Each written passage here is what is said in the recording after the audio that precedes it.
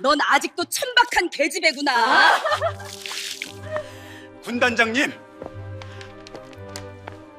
졸업 40주년 동창회. 명품으로 치장한 여자가 모두가 보는 앞에서 한 여자를 조롱합니다. 30년 전 반지하에 살던 가난한 소녀. 그녀는 오늘도 침묵했습니다. 하지만 단체 사진 순서가 되자 예상치 못한 일이 벌어집니다. 군 출신 남편들이 일제히 경례를 올린 것이죠. 그 경례가 향한 곳은 조롱당하던 바로 그 여자였습니다. 천박한 년이라 불렸던 그녀의 정체는 무엇이었을까요? 그리고 아내의 그 조롱 한마디가 남편의 사업까지 송두리째 흔들어 놓게 됩니다. 사연 시작하기 전 구독과 좋아요 꼭 부탁드립니다.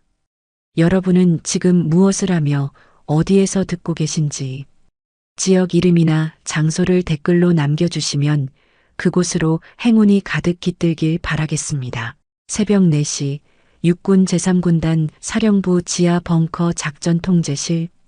대형 전자지도 위에서 3개의 붉은 점이 전멸하고 있었습니다. 북한 무인기 세대가 휴전선을 넘어 남하 중이라는 첩보가 접수된 지 32분째. 20명 남짓한 참모들은 각자의 단말기 앞에서 화면을 응시하고 있었죠.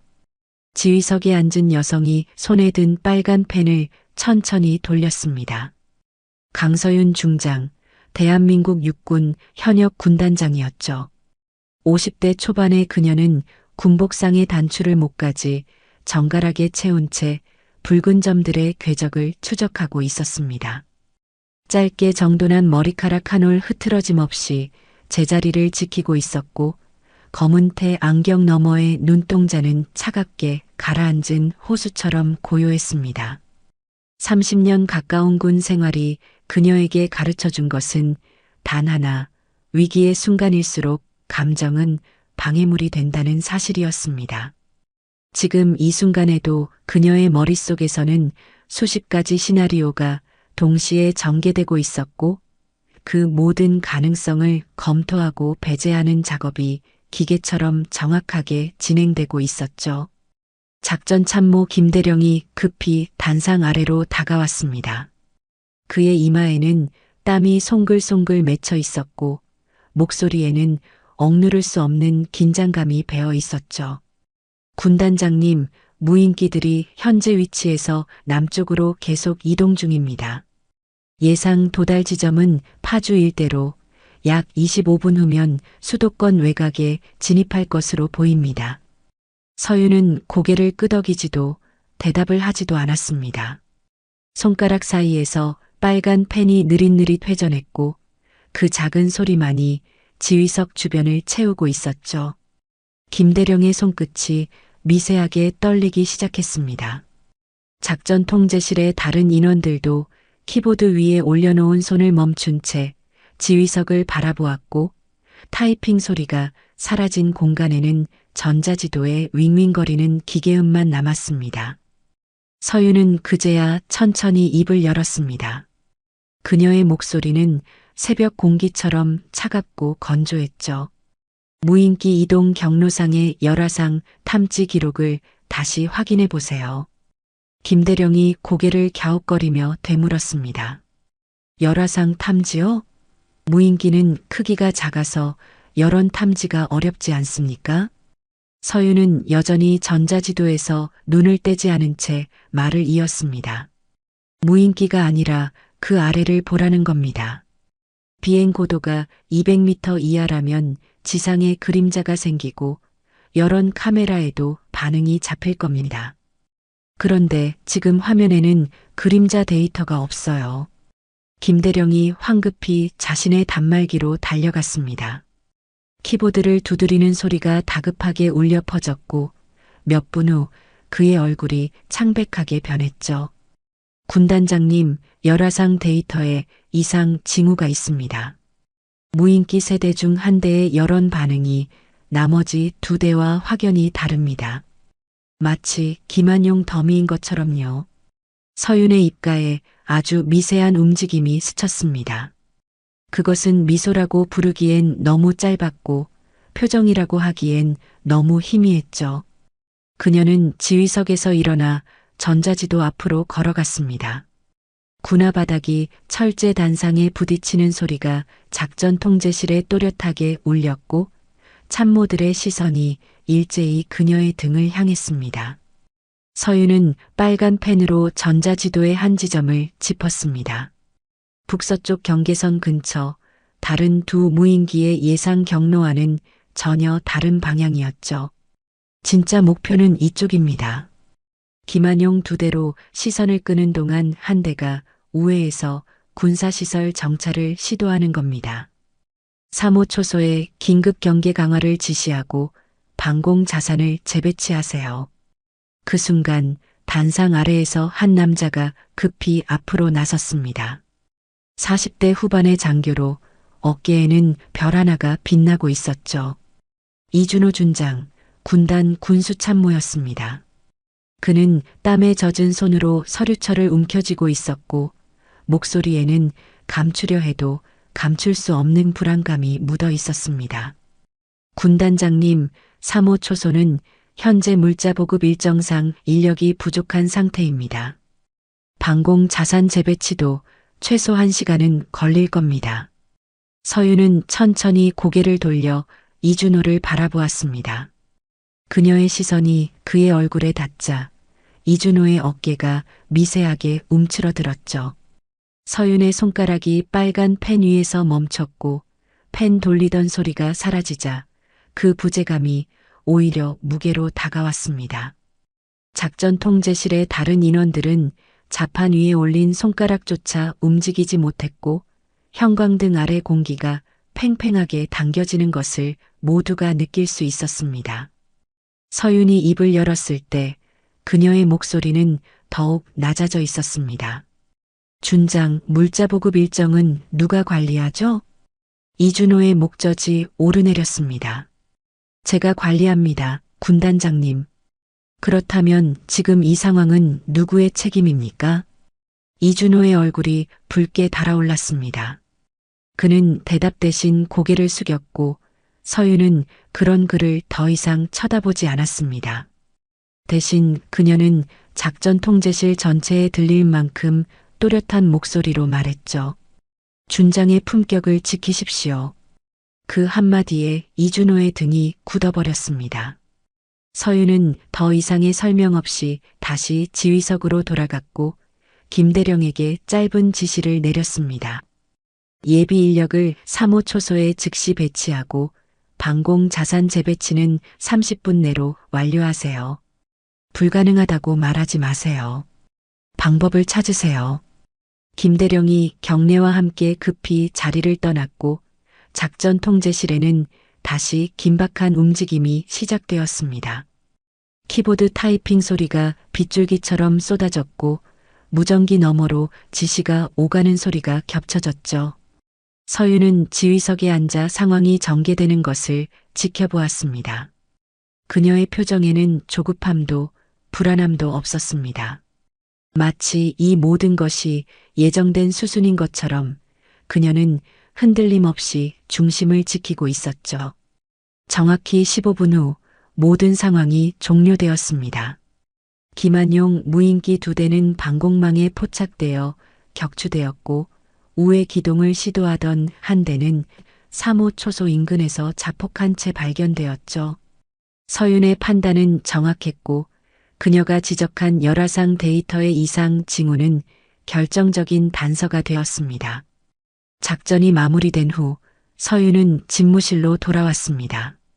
새벽 5시가 조금 넘은 시각이었죠. 집무실은 군단장의 방답게 넓고 정돈되어 있었지만 화려함과는 거리가 멀었습니다. 무채색 벽면에는 태극기와 군단 휘장이 걸려 있었고 책상 위에는 서류와 펜 몇 자루만이 놓여 있었습니다. 서윤은 책상 앞에 앉아 잠시 눈을 감았습니다. 그 순간 오래전 기억이 파도처럼 밀려왔습니다. 반지하 방의 축축한 냄새, 창문 틈으로 스며드는 하수구의 악취가 코끝을 스쳤죠. 그리고 그 기억 속에는 언제나 어머니의 기침 소리가 함께 있었습니다. 젖은 벽지 곁에서 쉴 새 없이 기침하시던 어머니, 그리고 그 기침이 어느 날 갑자기 멈춰버린 밤. 서윤은 눈을 질끈 감았습니다. 그 이후로 서윤은 감정을 드러내면 무너진다는 것을 알게 되었죠. 울음도 분노도 슬픔도 모두 그녀를 약하게 만들 뿐이었습니다. 서윤은 눈을 떴습니다. 집무실 벽에 걸린 군단장 초상화가 그녀를 내려다보고 있었고 그 아래 명찰에는 강서윤 중장이라는 글자가 또렷이 새겨져 있었습니다. 그녀는 그 명찰을 잠시 응시했죠. 과거의 그녀와 현재의 그녀 사이에는 30년이 넘는 시간이 흘러 있었습니다. 그 시간 동안 그녀는 침묵으로 버티는 법을 배웠고 원칙으로 세상을 통제하는 법을 익혔습니다. 비서실장이 노크와 함께 들어왔습니다. 50대 초반의 남성으로 서윤보다 한 계급 아래인 소장이었죠. 군단장님, 새벽부터 고생이 많으셨습니다. 잠시 휴식을 취하시는 게 어떨까요? 서윤은 고개를 저었습니다. 그녀의 목소리는 여전히 건조했지만 어딘가 지쳐있는 기색이 묻어났죠. 쉬는 것은 원칙에 대한 배신입니다. 오전 회의 자료나 준비해 두세요. 비서실장이 조용히 물러난 후 서윤은 책상 서랍에서 휴대전화를 꺼냈습니다.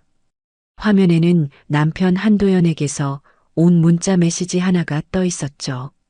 도연은 민간 위기관리 컨설턴트로 일하는 50대 초반의 남성으로 서윤의 유일한 버팀목이었습니다. 당신은 오늘도 원칙을 지켰을 거요.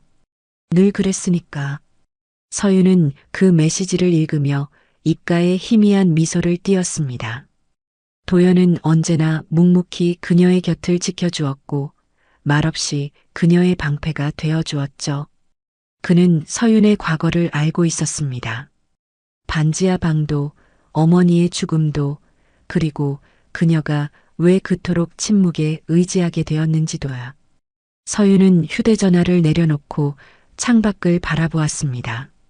동쪽 하늘이 서서히 밝아오고 있었고 어둠 속에 잠겨있던 세상이 조금씩 윤곽을 드러내기 시작했죠. 그녀는 오늘도 원칙을 지켰습니다. 내일도 모레도 그럴 것이었습니다. 그것이 그녀가 살아남은 방식이었고 앞으로도 살아갈 방식이었으니까요. 하지만 그녀는 아직 알지 못했습니다. 오늘 새벽 이준호 준장에게 건넨 그 한마디가 앞으로 펼쳐질 거대한 파문의 시작점이 될 것이라는 사실을요. 그리고 며칠 후 휴대전화에 뜨게 될 알림 하나가 그녀를 과거의 유령들 앞으로 데려갈 것이라는 사실도 말이죠. 창밖으로 해가 떠오르고 있었습니다. 서윤은 일어서서 군복 상의를 매만졌고 다시 한번 명찰을 바라보았죠. 강서윤 중장. 그 두 글자가 그녀에게는 갑옷이자 방패였습니다. 그리고 오늘 하루도 그 갑옷을 입고 전장에 나설 준비가 되어 있었습니다. 퇴근 시간이 훌쩍 지난 저녁 8시, 서윤은 집무실 책상 앞에 앉아 마지막 결제 서류를 검토하고 있었습니다. 창밖으로는 이미 어둠이 내려앉아 있었고 군단 사령부의 불빛들이 하나둘 꺼지기 시작했죠. 오늘 새벽 무인기 침투 대응 작전 이후로 쉼없이 달려온 하루였습니다. 몸은 피곤했지만 서윤의 손은 여전히 흔들림 없이 펜을 움직이고 있었습니다. 서류의 마지막 서명을 끝내고 펜을 내려놓는 순간 책상 위에 놓인 휴대전화 화면이 희미하게 빛났습니다.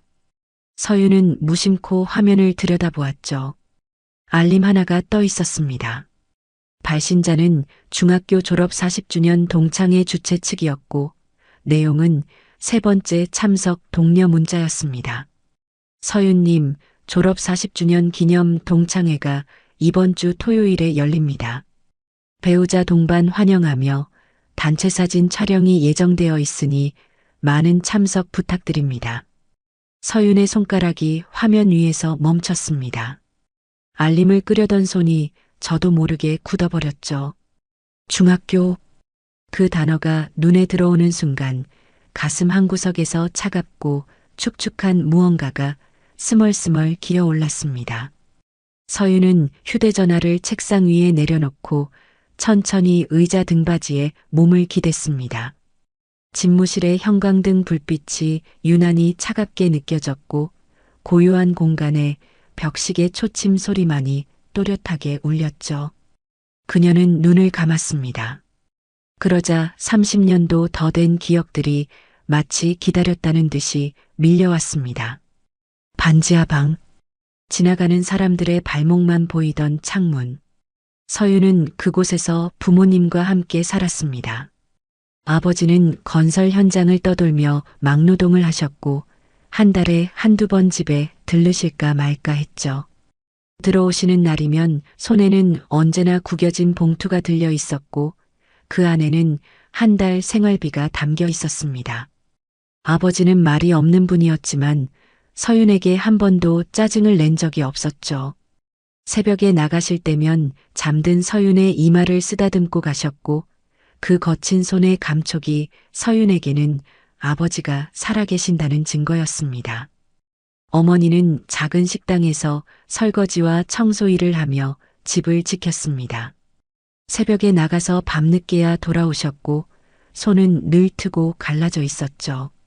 하지만 그 손으로 어머니는 서윤의 학교 준비물을 빠뜨리는 법이 없으셨습니다.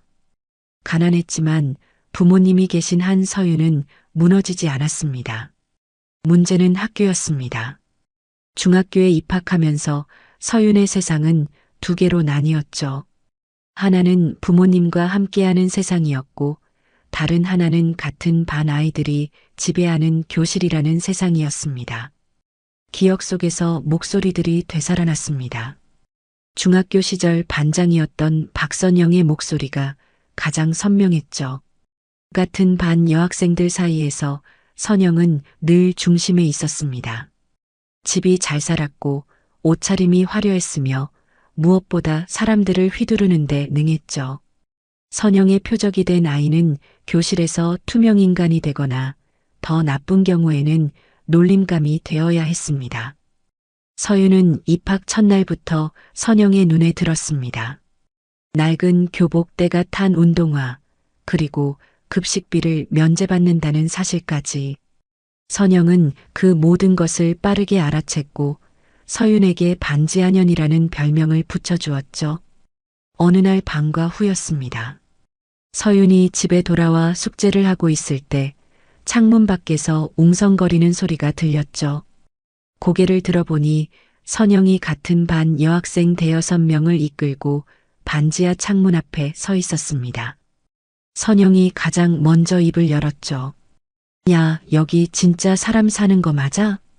옆에 있던 아이가 코를 막으며 대꾸했습니다.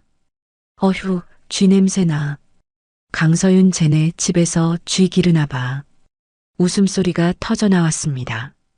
창문 너머로 보이는 아이들의 얼굴이 일그러지며 킥킥대는 소리가 반지하 방 안까지 쏟아져 들어왔죠.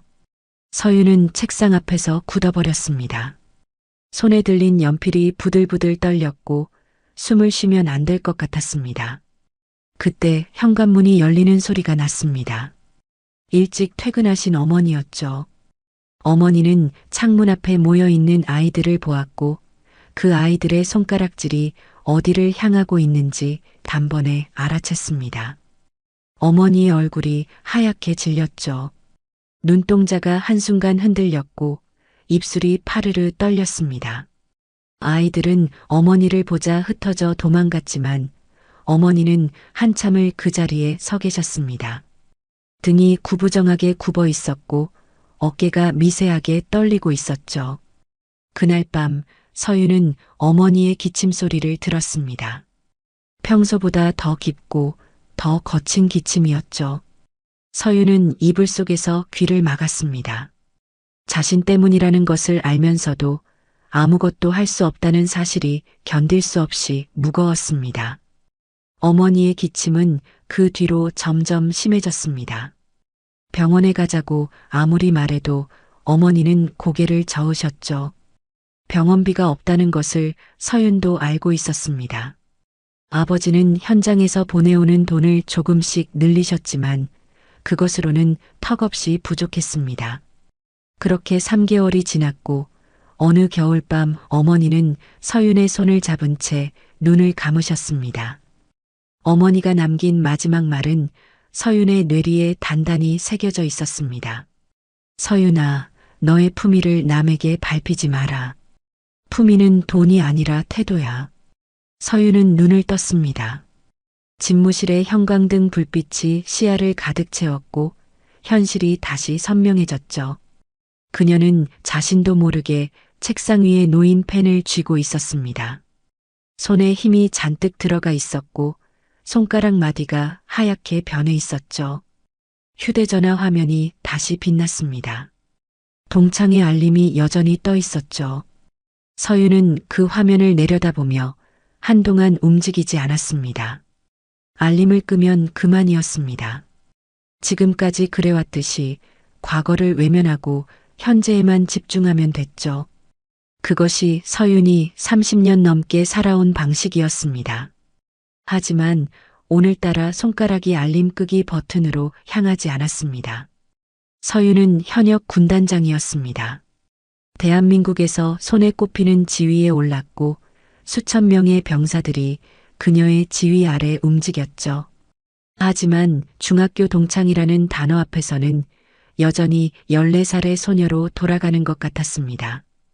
그때 집무실 문이 노크 소리와 함께 열렸습니다. 남편 도연이 문 앞에 서 있었죠. 50대 초반의 그는 민간 위기관리 컨설턴트로 일하며 오늘도 사령부 근처에서 회의가 있어 퇴근길에 들른 것이었습니다. 도연은 서윤의 표정을 한눈에 읽었죠. 그녀의 눈가에 드리운 미세한 그림자, 책상 위에 놓인 휴대전화, 그리고 펜을 쥔 손의 긴장까지. 도연이 조용히 다가와 서윤의 옆에 섰습니다. 그는 말없이 휴대전화 화면을 내려다보았고 동창의 알림을 확인했죠. 잠시 후 그가 낮은 목소리로 물었습니다. 또 그 알림이네요. 이번엔 어떻게 할 거예요? 서윤은 대답하지 않았습니다. 도연은 서윤의 과거를 모두 알고 있었죠. 반지하 방도, 어머니의 죽음도, 그리고 학창 시절의 상처까지. 그는 한 번도 그것을 연민의 대상으로 삼지 않았습니다. 대신 서윤이 스스로 상처를 마주할 수 있도록 묵묵히 곁을 지켜주었죠. 서윤은 다시 휴대전화 화면을 내려다보았습니다. 참석 버튼과 불참 버튼이 나란히 떠 있었죠. 서윤의 손가락이 화면 위에서 멈췄습니다. 그리고 천천히, 아주 천천히 참석 버튼을 눌렀죠. 화면에 참석이 확정되었습니다라는 문구가 떴고 서윤은 그것을 말없이 바라보았습니다. 도연이 물었습니다. 함께 갈까요? 서윤은 잠시 망설였습니다. 사적인 모임에 남편까지 데려가는 것이 맞는지 확신이 서지 않았죠. 하지만 동창의 알림의 배우자 동반 환영이라는 문구가 있었던 것이 떠올랐습니다. 당신은 참석하지 않아도 돼요. 도연은 서윤의 손을 가만히 감쌌습니다.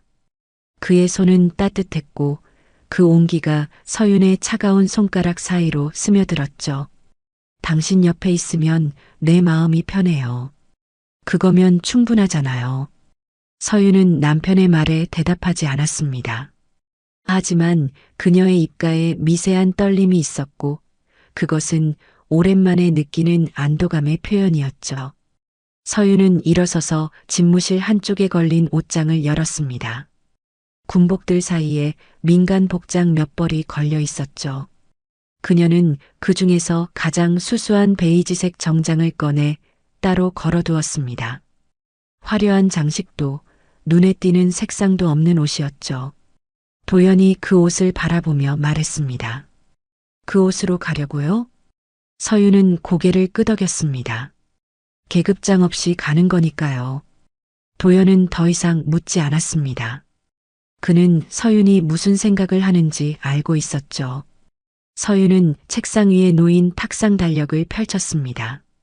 이번 주 토요일 칸에 빨간 펜으로 조용히 동그라미를 그렸죠. 펜촉이 종이에 닿는 소리가 고요한 집무실에 또렷하게 울렸습니다. 서윤은 창밖을 바라보았습니다.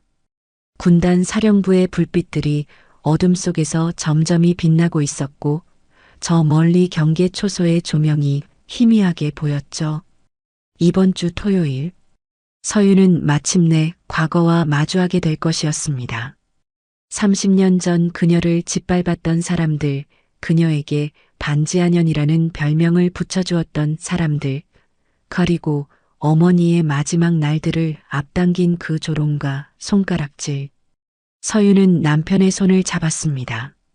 그 온기가 손바닥을 타고 전해져 왔고 서윤은 조용히 중얼거렸죠. 도망치지 않겠습니다. 탁상 달력 위에 빨간 동그라미가 형광등 불빛 아래에서 선명하게 빛나고 있었습니다.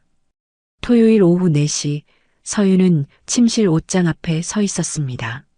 며칠 전 집무실에서 꺼내 두었던 베이지색 정장이 옷걸이에 걸린 채 그녀를 기다리고 있었죠. 서윤은 그 옷을 천천히 꺼내 침대 위에 펼쳤습니다. 정장 옆에는 단정한 구두 한 켤레와 작은 가죽 핸드백이 놓여 있었습니다. 서윤은 화장대 서랍을 열었습니다. 귀걸이 몇 점과 목걸이가 정리되어 있었죠. 그녀의 손이 진주 귀걸이 위에서 잠시 머물렀습니다. 하지만 손가락은 그것을 짚지 않았고 서랍은 다시 닫혔습니다. 손목에 차려던 시계도 화장대 위에 내려놓았죠. 시계밴드가 눌렀던 자리에 희미한 자국만 남아 있었습니다. 그때 침실 문이 열리며 남편 도연이 들어왔습니다. 짙은 회색 재킷에 깔끔한 셔츠 차림이었고 넥타이는 매지 않았죠. 도연은 침대 위에 펼쳐진 옷들과 화장대 위에 놓인 시계를 한눈에 훑어보았습니다. 그의 시선이 잠시 아내의 손등에 남은 시계 자국에 머물렀죠. 도연은 아무 말 없이 창가 의자에 앉았습니다. 서윤이 옷을 갈아입기 시작했습니다. 정장 상의를 걸치고 단추를 채우는데 첫 번째 단추가 손끝에서 미끄러졌죠. 서윤은 잠시 손을 멈추고 심호흡을 했습니다. 거울 속 자신의 얼굴이 보였죠. 평소와 다를 것 없는 표정이었지만 눈가에 미세한 긴장이 서려 있었습니다. 서윤은 다시 단추를 잡았고 이번에는 또렷한 소리와 함께 단추가 제자리에 들어맞았습니다. 두 번째, 세 번째 단추도 차례로 채워졌죠. 단추를 채우는 소리가 조용한 침실에 또렷하게 울렸습니다. 도연은 그 소리를 들으며 아내의 등을 바라보았죠. 단추를 채우는 손가락의 움직임이 평소보다 조금 느렸습니다. 당신이 군복을 벗고 입는 가장 엄격한 복장이네요. 서윤은 거울 속 자신을 바라보며 대답했습니다. 오늘은 계급을 가져가지 않을 거예요. 서윤의 손이 무의식적으로 정장의 왼쪽 가슴을 만졌습니다. 군단장 명찰이 달릴 자리였죠. 손끝에 닿는 것은 부드러운 천의 감촉뿐이었습니다. 서윤은 옷장 한쪽에 걸린 군복을 바라보았죠.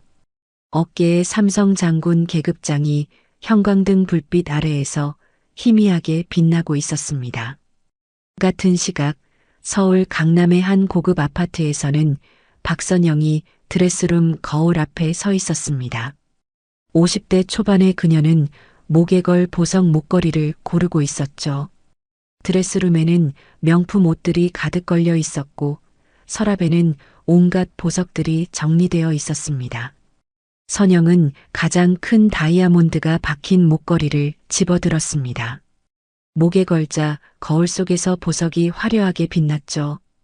귀에는 큼직한 진주 귀걸이를 달았고 손가락에는 금반지 3개가 겹쳐졌습니다.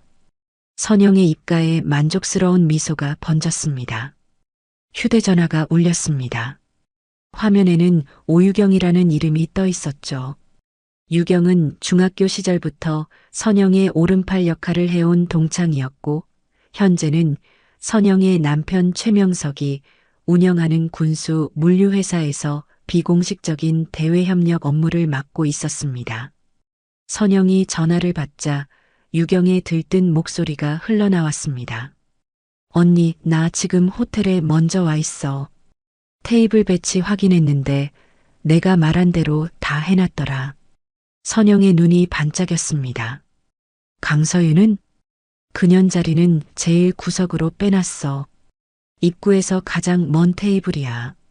참석한다고 답장 왔는데 남편이랑 같이 온대. 선영이 코웃음을 쳤습니다. 남편? 제가 뭐 대단한 사람을 만났겠어. 좋아. 오늘 확실하게 밟아줘야겠다. 아, 그리고 단체 사진 때 마이크는 내가 잡을 거야. 자리 배치도 내가 정할 테니까 준비해둬. 유경이 알겠다며 전화를 끊었고 선영은 다시 거울 앞에 섰습니다. 다이아몬드 목걸이가 조명 아래에서 눈부시게 빛나고 있었죠. 드레스룸 문이 열리며 선영의 남편 최명석이 들어왔습니다. 50대 중반의 그는 예비역 중령 출신으로 전역 후 군수 물류회사를 운영하고 있었죠. 양복을 말끔하게 차려입은 그의 손에는 금색으로 박은 명함 케이스가 들려 있었습니다. 명석은 명함 케이스를 열어 명함들이 가지런히 정렬되어 있는지 확인했습니다. 군 시절 습관이었죠. 서류든 명함이든 한치의 어긋남 없이 정리하지 않으면 직성이 풀리지 않았습니다. 명함을 확인한 그가 아내의 차림을 훑어보며 말했습니다. 오늘 동창회라며? 나도 같이 가면 되는 거지? 선영이 고개를 끄덕였습니다. 당연하죠. 당신 명함 많이 챙겨요. 오늘 군 출신 남편들 많이 올 테니까. 명석의 얼굴에 탐욕스러운 미소가 번졌습니다. 그는 양복 안주머니에 명함 케이스를 넣으며 입맛을 다셨죠. 한편 또 다른 고급 주택가에서는 정은주가 외출 준비를 하고 있었습니다. 40대 후반의 그녀는 현역 준장 이준호의 아내였죠.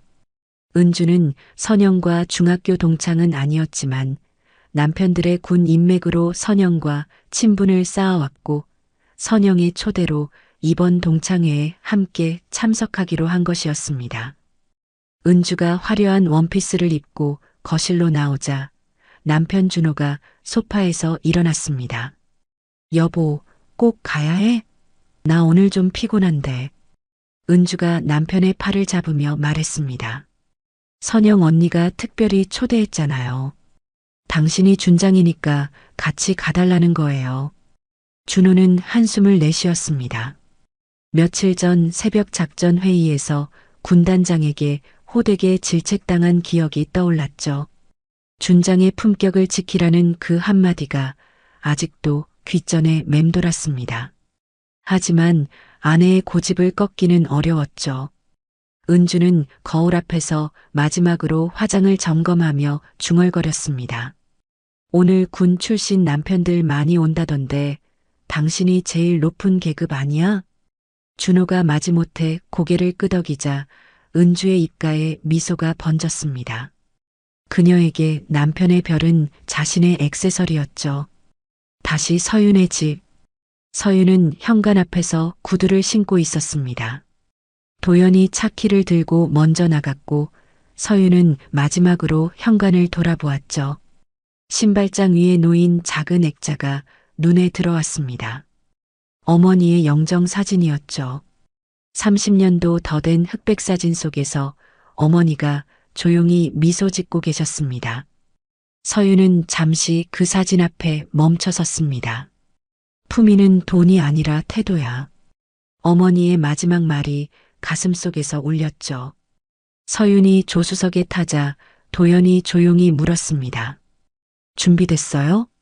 서윤은 고개를 끄덕였습니다. 차가 천천히 출발했죠. 토요일 오후의 거리는 평화로웠습니다.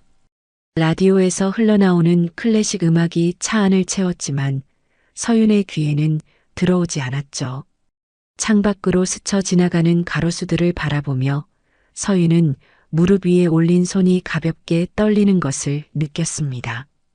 손바닥에 땀이 배어 있었죠. 그녀는 재빨리 손을 깍지 끼어 떨림을 감췄습니다. 도연이 핸들을 잡은 채 말했습니다. 당신이 어떤 상황에서도 반응하지 않을 거라고 했잖아요. 그거 지킬 수 있겠어요? 서윤은 창밖을 바라보며 대답했습니다. 당신은 오늘 내가 어떤 상황에서도 반응하지 않는지 지켜봐 주세요. 도연의 오른손이 핸들에서 잠시 떠나 서윤의 깍지 낀 손을 가만히 감쌌습니다. 따뜻한 온기가 손바닥을 타고 전해져 왔죠. 서윤은 남편의 손을 꼭 쥐었습니다. 땀에 젖은 손바닥이 그의 손 안에서 조금씩 진정되어 갔습니다. 차창 밖으로 도심의 고층 빌딩들이 스쳐 지나갔습니다. 호텔이 가까워지고 있었죠. 서윤은 심호흡을 했습니다. 이제 곧 30년 만에 대면이 시작될 것이었습니다. 호텔 정문에 도착한 것은 오후 5시 조금 전이었습니다. 도연이 차를 세우자 도어맨이 달려와 문을 열어주었죠. 서윤은 잠시 숨을 고른 뒤 차에서 내렸습니다. 호텔 로비에서 흘러나오는 클래식 음악 소리가 바람을 타고 들려왔고 정문 앞에는 고급 승용차들이 줄지어 서 있었습니다. 서윤은 호텔 건물을 올려다보았습니다. 유리벽에 반사된 석양빛이 눈부시게 빛나고 있었죠. 30년 전에는 상상도 못했던 장소였습니다. 그때의 서윤에게 이런 호텔은 텔레비전 속에서나 볼 수 있는 다른 세계였죠. 서윤은 잠시 그 생각을 떨쳐내고 정문을 향해 걸음을 옮겼습니다. 도연이 그녀의 옆에 나란히 섰습니다. 그는 아무 말 없이 아내의 걸음에 맞춰 함께 걸었죠. 호텔 로비를 지나 연회장이 있는 2층으로 올라가는 동안 서윤의 심장은 평소보다 조금 빠르게 뛰고 있었습니다. 하지만 그녀의 표정에는 어떤 동요도 드러나지 않았죠. 연회장 입구에는 접수대가 마련되어 있었습니다. 주최 측 동창 2명이 명찰과 좌석표를 나눠주고 있었죠. 서윤이 다가가자 접수대의 여성이 참석자 명단을 확인했습니다. 성함이 어떻게 되세요? 강서윤입니다. 접수대의 여성이 명단에서 이름을 찾다가 고개를 들었습니다. 그녀의 시선이 서윤의 옷차림을 위아래로 훑었죠. 수수한 베이지색 정장, 장식 없는 깔끔한 모습. 접수대 여성의 눈에 미세한 평가의 빛이 스쳤습니다. 아, 강서윤 씨. 여기 명찰이요. 좌석은 저쪽 구석 테이블입니다. 서윤은 명찰을 받아들었습니다. 명찰에는 강서윤이라는 이름과 중학교 졸업 40주년이라는 문구가 적혀 있었죠. 서윤은 명찰을 손에 든 채 연회장 안으로 들어섰습니다. 연회장은 이미 많은 사람들로 북적이고 있었습니다. 화려한 샹들리에가 천장에서 빛을 뿌리고 있었고 테이블마다 고급스러운 꽃 장식이 놓여 있었죠. 동창들은 삼삼오오 모여서서 웃고 떠들고 있었습니다. 그들의 손에는 와인잔이 들려 있었고 목에는 번쩍이는 보석들이 걸려 있었죠. 서윤이 연회장에 들어서는 순간 몇몇 시선이 그녀에게로 향했습니다. 하지만 그 시선들은 금방 다른 곳으로 옮겨갔죠. 서윤의 수수한 차림이 그들의 관심을 끌지 못한 것이었습니다. 서윤은 그것을 느꼈지만 개의치 않았습니다. 오히려 안도감 비슷한 것이 스쳤죠. 서윤은 안내받은 대로 구석 테이블을 찾아갔습니다. 입구에서 가장 먼 자리였고 연회장 한가운데서 벌어지는 일들을 한눈에 볼 수 있는 위치이기도 했죠. 서윤은 의자에 앉아 연회장 전체를 조용히 살폈습니다. 마치 전장의 전황을 파악하는 지휘관처럼 그녀의 눈은 차분하게 공간을 훑어나갔습니다. 도연이 그녀의 옆자리에 앉으며 물었습니다. 괜찮아요? 서윤은 고개를 끄덕였습니다.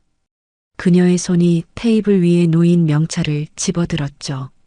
잠시 그것을 바라보던 서윤은 명찰을 뒤집어 테이블 위에 내려놓았습니다. 이름이 보이지 않도록 엎어놓은 것이었죠. 그때 연회장 중앙에서 웃음소리가 터져 나왔습니다. 서윤이 고개를 돌리자 테이블 중앙에 선영과 은주, 유경 3명이 서 있는 것이 보였죠. 선영은 다이아몬드 목걸이를 한껏 뽐내며 주변 동창들과 인사를 나누고 있었습니다. 그녀의 목소리는 연회장 구석까지 들릴 정도로 컸죠. 어머, 오랜만이야. 세월이 많이 흘렀네. 근데 넌 하나도 안 변했다? 선영의 말에 상대방이 웃음을 터뜨렸습니다. 선영은 그 웃음을 즐기듯 고개를 젖혔고 목에 걸린 다이아몬드가 샹들리에 빛을 받아 눈부시게 반짝였죠. 선영의 옆에는 남편 명석이 서 있었습니다. 그는 이미 군 출신 남편들 몇 명과 어울려 명함을 교환하고 있었죠. 명석의 목소리가 들려왔습니다. 제가 군수 물류 쪽에서 일하고 있습니다. 혹시 군납 관련해서 필요한 게 있으시면 언제든 연락 주십시오. 명석은 군대식 말투를 버리지 못한 듯했고 사업가 특유의 능글맞은 미소를 띠고 있었죠. 서윤은 그 광경을 조용히 지켜보았습니다. 30년 전과 달라진 것은 없었죠. 선영은 여전히 중심에 서서 사람들을 휘두르고 있었고 주변 사람들은 그녀에게 줄을 서듯 모여들었습니다. 그때 선영의 시선이 연회장 구석으로 향했습니다. 서윤과 눈이 마주쳤죠. 선영의 입가에 미소가 번졌습니다. 그것은 반가움의 미소가 아니었습니다. 사냥감을 발견한 포식자의 미소에 가까웠죠. 연회장 한쪽에서 배우자 소개 시간이 시작되었습니다. 주최 측 동창이 마이크를 잡고 안내를 했죠. 자, 이제 배우자분들을 소개하는 시간입니다. 각 테이블에서 순서대로 일어나서 간단히 소개해 주세요. 중앙 테이블부터 소개가 시작되었습니다. 선영이 가장 먼저 일어나 남편을 소개했죠. 제 남편 최명석이에요. 예비역 중령 출신이고 지금은 군수 물류회사를 운영하고 있어요. 명석이 일어나 가볍게 고개를 숙였습니다. 만나서 반갑습니다. 군납 관련해서 관심 있으신 분들은 나중에 말씀해 주십시오. 동창들 사이에서 감탄 섞인 웅성거림이 일었습니다. 다음은 은주의 차례였습니다. 그녀가 남편 준호를 소개했죠. 제 남편 이준호예요. 현역 육군 준장이에요. 그 말에 연회장이 술렁였습니다. 현역 장군이라는 말에 동창들의 눈이 휘둥그레졌죠. 준호가 어색하게 일어나 고개를 숙였습니다. 그 순간 준호의 시선이 구석 테이블을 스쳤습니다. 수수한 베이지색 정장을 입은 여성이 앉아 있었죠. 준호의 눈이 미세하게 떨렸습니다. 어딘가 낯익은 뒷모습이었죠. 그의 손이 무의식적으로 경례 자세를 취하려는 듯 허벅지 옆에서 반쯤 올라갔습니다.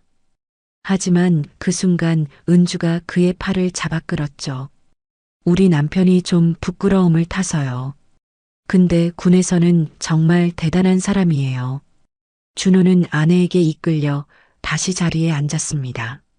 하지만 그의 눈은 여전히 구석 테이블을 향해 있었죠. 저 여자가 누구지? 분명 어디서 본 것 같은데. 준호는 머릿속을 더듬었지만 이 자리에서 확인할 방법이 없었습니다. 군복이 아닌 민간 복장, 그것도 수수한 차림이었기에 확신이 서지 않았죠. 소개가 차례로 이어졌습니다. 변호사, 의사, 사업가, 교수. 남편들의 직업이 하나씩 불릴 때마다 동창들의 반응이 달라졌죠. 화려한 직업일수록 박수가 커졌고 평범한 직업일수록 박수가 작아졌습니다. 마침내 서윤의 테이블 차례가 되었습니다. 서윤은 천천히 자리에서 일어났죠. 강서윤입니다. 그녀의 목소리는 담담했습니다. 준호의 귀가 번쩍 뜨였습니다. 강서윤. 그 이름이 머릿속에서 맴돌았죠. 어디서 들어본 이름인데. 하지만 동창의 자리에서 다른 동창의 이름일 수도 있다고 생각했습니다. 남편분은요? 누군가가 물었습니다. 도연이 일어나 가볍게 고개를 숙였죠. 한도연입니다. 위기관리 컨설턴트로 일하고 있습니다. 그 말에 연회장에 미묘한 침묵이 흘렀습니다. 동창들에게는 익숙하지 않은 직업이었죠. 누군가가 속삭이는 소리가 들렸습니다. 뭐 하는 건지 잘 모르겠네. 서윤은 그 속삭임을 들었지만 표정을 바꾸지 않았습니다. 그녀와 도연은 조용히 자리에 앉았죠. 선영이 유경에게 속삭였습니다. 맞지? 남편도 별 볼 일 없어. 역시 강서윤은 강서윤이야. 배우자 소개가 끝나고 만찬이 시작되었습니다. 웨이터들이 테이블마다 음식을 가져다 주었고 동창들은 와인을 마시며 담소를 나누었죠. 서윤은 음식에 손을 대지 않고 물만 마셨습니다. 선영과 은주, 유경이 테이블 사이를 돌아다니며 사람들과 인사를 나누고 있었습니다. 그녀들이 지나갈 때마다 동창들은 아첨 섞인 웃음을 지었죠. 마치 중학교 시절의 서열이 그대로 복원된 것 같았습니다. 서윤은 그 광경을 바라보며 생각에 잠겼습니다. 30년이 지났는데도 사람들은 변하지 않았죠. 그때 선영이 서윤의 테이블로 다가왔습니다. 그녀의 입가에는 의미심장한 미소가 떠올라 있었죠. 어머, 서윤아. 오랜만이다. 서윤이 고개를 들어 선영을 바라보았습니다. 선영의 눈에는 30년 전과 똑같은 빛이 담겨 있었죠. 오랜만이네요. 서윤의 목소리는 담담했습니다. 선영은 서윤의 옷차림을 위아래로 훑어보았죠. 그 옷 어디서 샀어? 아직도 옷 고르는 센스가 그대로네. 그 말에 유경이 킥킥 웃었습니다. 서윤은 대답하지 않았죠. 그녀는 물잔을 들어 한 모금 마셨을 뿐이었습니다. 선영의 눈썹이 미세하게 움직였습니다. 반응이 없자 재미없다는 듯한 표정이었죠. 남편분은 뭐 하신다고 했지? 컨설턴트? 요즘 그런 것도 직업이 되나 보다. 서윤은 여전히 대답하지 않았습니다. 도연이 옆에서 입을 열려 했지만 서윤의 손이 가볍게 그의 손등을 눌렀습니다. 선영은 잠시 서윤을 노려보다가 코웃음을 치며 돌아섰습니다. 나중에 또 얘기하자. 할 말이 많으니까. 선영이 떠나고 서윤은 창밖을 바라보았습니다. 해가 지고 있었죠. 연회장의 샹들리에 불빛이 점점 더 밝아지고 있었고 밤이 깊어갈수록 동창들의 웃음소리도 커져갔습니다. 하지만 서윤의 표정은 여전히 고요했습니다. 한편 준호는 자리에 앉아 구석 테이블을 계속 훔쳐보고 있었습니다. 저 여자 분명 어디선가 봤다. 하지만 아무리 생각해도 떠오르지 않았죠. 군복이 아닌 모습이라 더욱 헷갈렸습니다. 준호는 고개를 저으며 와인잔을 들었습니다. 설마 내가 아는 사람일 리가 없지. 그는 그렇게 생각하며 의문을 접었죠. 만찬이 무르익어갈 무렵 연회장의 분위기는 점점 더 들떠 있었습니다. 와인이 몇 순배 돌았고 동창들의 목소리는 한층 커져 있었죠. 샹들리에 아래에서 웃음소리가 끊이지 않았고 테이블 사이로 오가는 인사와 악수가 연회장을 가득 채웠습니다. 서윤은 여전히 구석 테이블에 앉아 물만 마시고 있었습니다. 음식에는 거의 손을 대지 않았죠. 도연이 걱정스러운 눈으로 아내를 바라보았지만 서윤은 괜찮다는 듯 가볍게 고개를 끄덕였습니다. 그녀의 표정은 담담했지만 손끝은 물잔을 감싸고 있었고 그 손가락 끝에 미세한 긴장이 서려 있었죠. 연회장 중앙에서 선영의 웃음소리가 유난히 크게 울렸습니다. 그녀는 와인잔을 손에 들고 테이블 사이를 돌아다니며 동창들과 담소를 나누고 있었죠. 유경과 은주가 그녀의 양옆에서 마치 시녀처럼 따라다녔습니다. 잠시 후 주최 측 동창이 무대 앞으로 나와 마이크를 잡았습니다. 자, 여러분. 이제 추억의 시간을 가져볼까요? 중학교 시절 이야기를 나눠보는 건 어떨까요? 그 말에 동창들 사이에서 환호성이 터져 나왔습니다. 그때 선영이 앞으로 나섰습니다. 그녀는 주최 측 동창에게서 마이크를 건네받았죠. 연회장이 조용해졌습니다. 여러분, 오랜만에 모였으니까 추억 이야기 좀 할까요? 저기 구석에 앉아 계신 분이 있는데 여러분 기억하시죠? 강서윤. 서윤의 이름이 불리자 연회장의 모든 시선이 구석 테이블로 쏠렸습니다. 서윤은 고개를 들어 선영을 바라보았죠.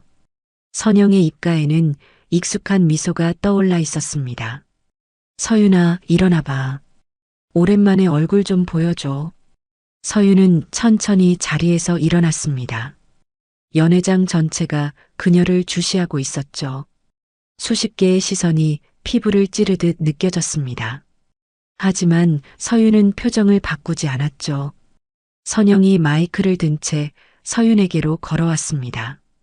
구두굽이 바닥에 부딪히는 소리가 또렷하게 울렸죠. 선영은 서윤 앞에 멈춰서서 위아래로 그녀를 훑어보았습니다. 세월이 많이 흘렀네. 근데 넌 하나도 안 변했다? 그때도 옷이 그랬는데 지금도 그러네. 유경이 뒤에서 킥킥 웃었습니다. 은주도 입을 가리고 웃음을 참는 듯한 표정을 지었죠. 서윤은 대답하지 않았습니다. 그녀는 선영의 눈을 바라보고 있었죠. 선영은 반응이 없자 마이크를 서윤의 얼굴 가까이 들이밀었습니다. 마이크에서 윙하는 소리가 났죠. 뭐야, 말도 못해? 그때도 그랬잖아. 맨날 입 다물고 있기만 하고. 그 순간 테이블 한쪽에서 누군가가 일어섰습니다. 중학교 시절 준비위원이었던 동창이었죠. 선영아, 그만하지 그래. 분위기가 좀. 선영이 날카롭게 고개를 돌렸습니다. 그녀의 눈이 번뜩였죠. 왜? 추억 얘기한다며. 서윤이랑 추억 많잖아. 준비위원 동창은 입을 다물었습니다. 그녀는 어색하게 웃으며 다시 자리에 앉았죠. 연회장의 누구도 더 이상 말리지 않았습니다. 선영의 목소리가 점점 높아졌습니다. 서윤아, 나 궁금한 게 있어. 너희 엄마 있잖아. 서윤의 어깨가 미세하게 굳었습니다. 어머니. 그 단어가 가슴을 찔렀죠. 뒤에서 웃고 있던 은주의 표정이 잠깐 굳어졌습니다. 엄마 이야기까지 꺼내는 건 예상 못했던 것이죠. 하지만 은주는 곧 다시 웃음을 지었습니다. 선영이 한 발 더 다가섰습니다. 너희 엄마 왜 그때 갑자기 쓰러져서 돌아가셨는지 말해줄 수 있어? 우리가 널 조롱해서 그런 거니? 연회장에 정적이 흘렀습니다. 동창들의 얼굴에 당혹스러운 표정이 스쳤죠. 몇몇은 고개를 돌렸고 누군가는 와인잔을 손에 든 채 어디를 봐야 할지 몰라 시선을 헤맸습니다. 서윤의 귓가에서 연회장의 소리가 멀어졌습니다. 수십 개의 시선이 그녀를 향해 있었고 그 시선들의 무게가 어깨를 짓눌렀죠. 창피함이 아니었습니다. 수치심도 아니었습니다. 그것은 30년 전과 똑같은 투명 인간이 된 것 같은 고립감이었습니다. 서윤은 테이블 위에 놓인 물잔을 들었습니다. 손이 떨리지 않도록 천천히, 아주 천천히 물을 한 모금 마셨죠. 물이 목을 타고 내려가는 동안 서윤은 마음속으로 숫자를 세었습니다. 하나, 둘, 셋. 그녀가 감정을 통제할 때 쓰는 방법이었죠. 도연이 옆에서 일어나려 했습니다. 그의 얼굴에는 분노가 서려 있었죠. 하지만 서윤의 손이 그의 손등을 가볍게 눌렀습니다. 괜찮다는 신호였죠. 도연은 이를 악물었지만 다시 자리에 앉았습니다. 선영은 서윤의 반응이 없자 더욱 흥분했습니다. 그녀는 마이크를 더 가까이 들이밀며 소리쳤죠. 뭐야, 대답 안 해? 내가 천박해서 그런 거니?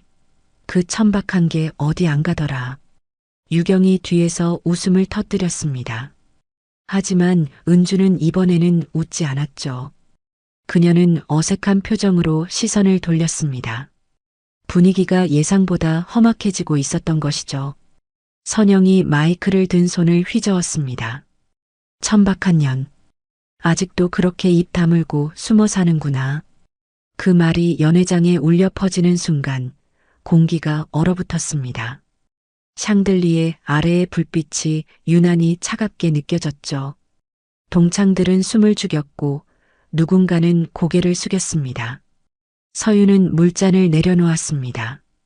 그녀의 손끝이 미세하게 떨렸지만 얼굴에는 어떤 동요도 드러나지 않았죠. 그녀는 선영을 바라보았습니다. 서윤의 눈은 고요했습니다.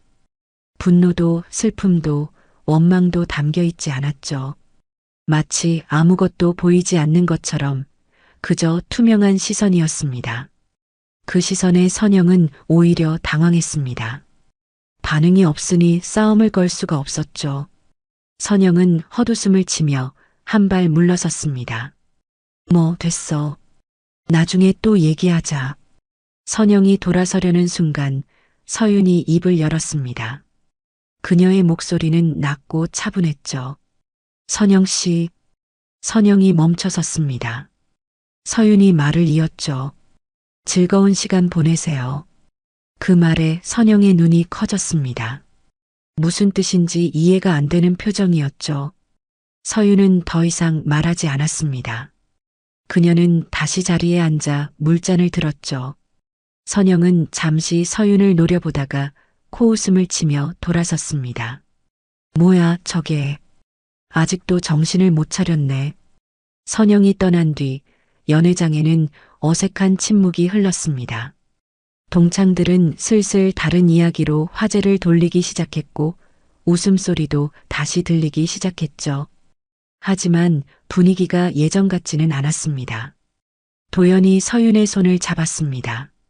그의 손은 따뜻했고 그 온기가 서윤의 차가운 손가락 사이로 스며들었죠. 괜찮아요? 서윤은 고개를 끄덕였습니다. 하지만 그녀의 눈가에는 희미한 물기가 맺혀 있었죠. 서윤은 재빨리 고개를 돌려 창밖을 바라보았습니다. 밤이 깊어지고 있었죠. 호텔 창밖으로 도시의 불빛들이 반짝이고 있었습니다. 서윤은 마음속으로 어머니의 말을 되뇌었습니다. 품위는 돈이 아니라 태도야. 그녀는 오늘 그 말을 지켰습니다. 반응하지 않았고 무너지지 않았죠. 하지만 가슴 한구석이 아팠습니다. 30년이 지났는데도 그 상처는 여전히 거기 있었던 것이죠. 선영의 공개 모욕이 있은 후에도 동창회는 계속되었습니다. 동창들은 서서히 평소의 분위기를 되찾았고 테이블 사이로 웃음소리가 다시 오가기 시작했죠. 하지만 구석 테이블에 앉은 서윤에게 다가오는 사람은 아무도 없었습니다. 마치 그녀 주변에 보이지 않는 벽이 세워진 것처럼 동창들은 그녀를 피해 다녔죠. 서윤은 여전히 물만 마시며 연회장을 관찰하고 있었습니다. 그녀의 표정은 담담했지만 마음속에서는 무언가가 조금씩 움직이고 있었죠. 선영의 말이 계속 귓가에 맴돌았습니다. 천박한 년. 그 단어가 30년 전 반지하 창문 앞에서 들었던 조롱과 겹쳐졌죠. 도연이 서윤의 손을 가만히 잡았습니다. 따뜻한 온기가 전해져 왔죠. 떠날까요? 서윤은 고개를 저었습니다. 아직이에요. 도연은 더 이상 묻지 않았습니다. 그는 아내가 무엇을 기다리고 있는지 알 수 없었지만 그녀의 결정을 존중했죠.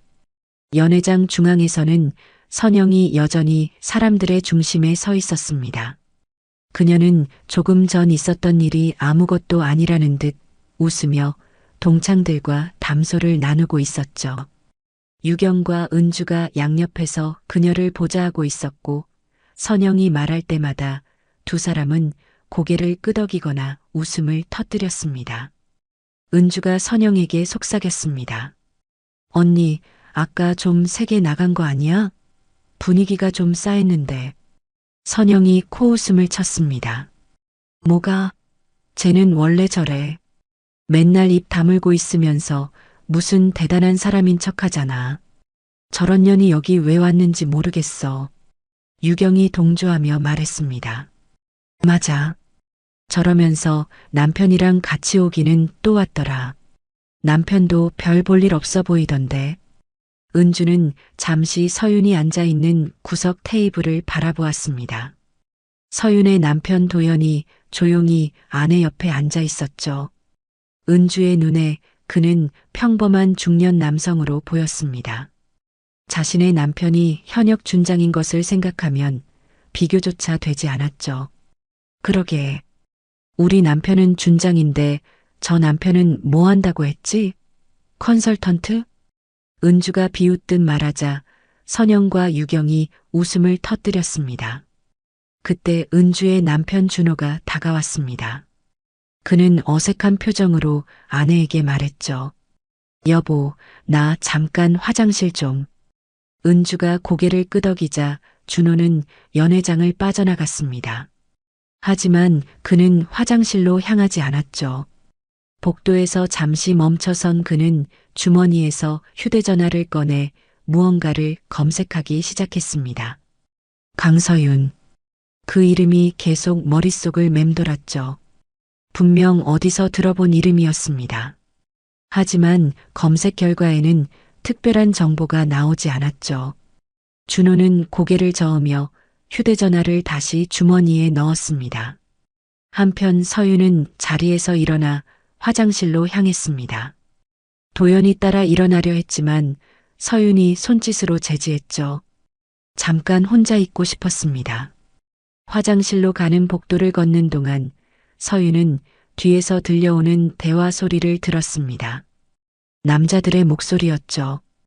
군 출신 남편들이 모여서 이야기를 나누고 있었습니다.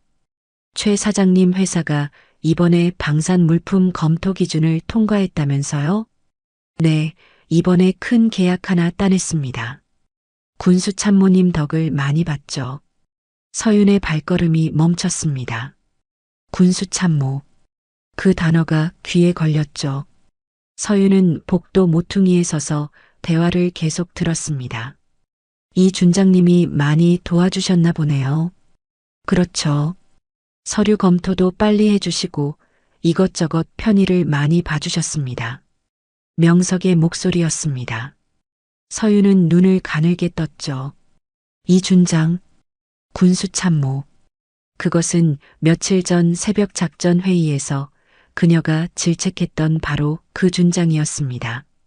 준장의 품격을 지키라고 말했던 그 사람. 그리고 오늘 동창회에 은주의 남편으로 와 있는 사람이었죠. 서윤의 머릿속에서 무언가가 연결되기 시작했습니다. 선영의 남편 명석은 예비역 중령 출신으로 군수 물류회사를 운영하고 있었죠. 그리고 은주의 남편 준호는 현역 준장으로 군수참모 직책을 맡고 있었습니다. 두 사람 사이에 사업적 연결고리가 있다면 그것은 단순한 우연이 아닐 수 있었죠. 서윤은 화장실에 들어가 차가운 물로 얼굴을 씻었습니다. 거울 속에 비친 자신의 얼굴을 바라보았죠. 눈가에 피로가 서려 있었고 입술은 굳게 다물어져 있었습니다. 서윤은 깊이 숨을 들이쉬었습니다. 지금 떠오른 의문은 사적인 감정과는 별개의 것이었습니다. 군수계약에 특혜가 있다면 그것은 군 조직의 기강과 직결되는 문제였죠. 하지만 지금 이 자리에서 확인할 방법은 없었습니다. 서윤은 마음속에 그 의문을 담아두기로 했죠. 화장실에서 나오는 서윤과 복도에서 마주친 것은 유경이었습니다. 유경은 서윤을 보자 입꼬리를 올렸죠. 어머, 서윤아. 혼자 왔네? 남편은? 서윤은 대답하지 않았습니다. 그녀는 유경을 스쳐 지나가려 했죠. 하지만 유경이 그녀의 앞을 막아섰습니다. 야, 말 좀 해. 아까 선영 언니한테 왜 그렇게 대꾸를 못해? 아직도 그때 그 모습 그대로네. 서윤은 유경을 바라보았습니다. 유경의 눈에는 비웃음이 가득 차 있었죠. 뭐야, 왜 그렇게 쳐다봐? 무서워? 서윤은 여전히 대답하지 않았습니다. 대신 그녀는 유경의 눈을 똑바로 바라보며 한 발 앞으로 다가섰죠. 유경이 무의식적으로 한 발 뒤로 물러섰습니다. 서윤의 눈빛에는 분노도 슬픔도 없었지만 무언가 압도하는 힘이 있었죠. 서윤은 아무 말 없이 유경을 지나쳐 연회장으로 돌아갔습니다. 유경은 잠시 멍하니 서 있다가 혼잣말을 중얼거렸죠. 뭐야, 전현. 갑자기 왜 저래? 연회장에 돌아온 서윤은 자리에 앉았습니다. 도연이 물었죠. 괜찮아요? 서윤은 고개를 끄덕였습니다. 하지만 그녀의 눈빛은 조금 전과 달라져 있었죠. 복도에서 들은 대화가 머릿속에서 계속 맴돌고 있었습니다. 서윤은 연회장 중앙에서 웃고 떠드는 선영과 명석을 바라보았죠. 그리고 그 옆에 서 있는 은주와 준호도요. 저들의 권력이 어디서 오는 것인지 서윤은 이제 조금 이해할 것 같았습니다. 남편의 계급과 사업, 그리고 그 사이를 연결하는 보이지 않는 끈. 그것이 저들을 저토록 오만하게 만드는 기반이었죠. 그때 주최 측 동창이 마이크를 잡고 안내를 했습니다. 자, 여러분. 이제 단체 사진 촬영 시간입니다. 무대 앞으로 모여주세요. 동창들이 웅성거리며 일어나기 시작했습니다. 서윤도 천천히 자리에서 일어났죠. 도연이 그녀의 옆에 섰습니다. 가야 해요? 서윤은 고개를 끄덕였습니다. 네, 가야죠. 그녀의 목소리에는 묘한 결연함이 담겨 있었습니다. 도연은 아내의 손을 잡았고 두 사람은 무대 앞으로 걸어갔죠. 선영이 이미 무대 중앙에서 자리를 잡고 있었습니다. 그녀는 유경에게 속삭였죠. 강서윤 전현 제일 뒤로 빼. 가장자리에 세워. 유경이 고개를 끄덕이며 서윤에게 다가갔습니다. 서윤아, 너는 저쪽 뒤로 가. 키 순서대로 서야 하니까. 서윤은 유경을 바라보았습니다. 그리고 아무 말 없이 무대 중앙 가장 앞줄을 향해 걸어갔죠. 유경이 당황한 표정으로 그녀를 불렀습니다. 야, 어디가? 거기 아니라니까. 서윤은 대답하지 않았습니다. 그녀는 도연의 손을 잡은 채 앞줄 중앙에 섰죠. 선영의 얼굴이 일그러졌습니다. 하지만 이미 다른 동창들이 자리를 잡기 시작했고 서윤을 밀어내기는 어려웠죠. 서윤은 똑바로 앞을 바라보며 서 있었습니다. 그녀의 자세는 흐트러짐 없이 곧았고 어깨는 당당하게 펴져 있었죠. 마치 사열을 받는 것처럼 그녀는 완벽한 자세로 서 있었습니다. 카메라맨이 자리를 잡았습니다. 플래시가 터지기 직전 서윤은 옆에 선 도연의 손을 꼭 쥐었죠. 곧 무언가가 시작될 것 같은 예감이 들었습니다. 단체 사진 촬영을 위해 동창들이 무대 앞으로 모여들었습니다. 졸업 40주년 기념이라는 현수막이 무대 뒤에 걸려 있었고 카메라맨이 삼각대를 세우며 위치를 조정하고 있었죠. 샹들리에 불빛 아래에서 동창들의 보석과 시계가 반짝거렸고 웅성거리는 소리가 연회장을 가득 채웠습니다. 서윤은 앞줄 중앙에 서 있었습니다. 도연이 그녀의 옆에 나란히 서 있었죠. 선영은 서윤이 앞줄에 선 것이 못마땅한 듯 눈을 가늘게 떴지만 이미 다른 동창들이 자리를 잡은 상태라 밀어내기는 어려웠습니다. 선영은 유경에게 속삭였죠. 저것 봐. 전현이 왜 앞에 서 있어? 유경이 대답했습니다. 그러게요. 제가 뒤로 가라고 했는데 무시하더라고요. 선영은 코웃음을 치며 고개를 저었습니다. 배우자들도 무대로 올라왔습니다. 명석이 선영 옆에 섰고 준호가 은주 옆에 섰죠.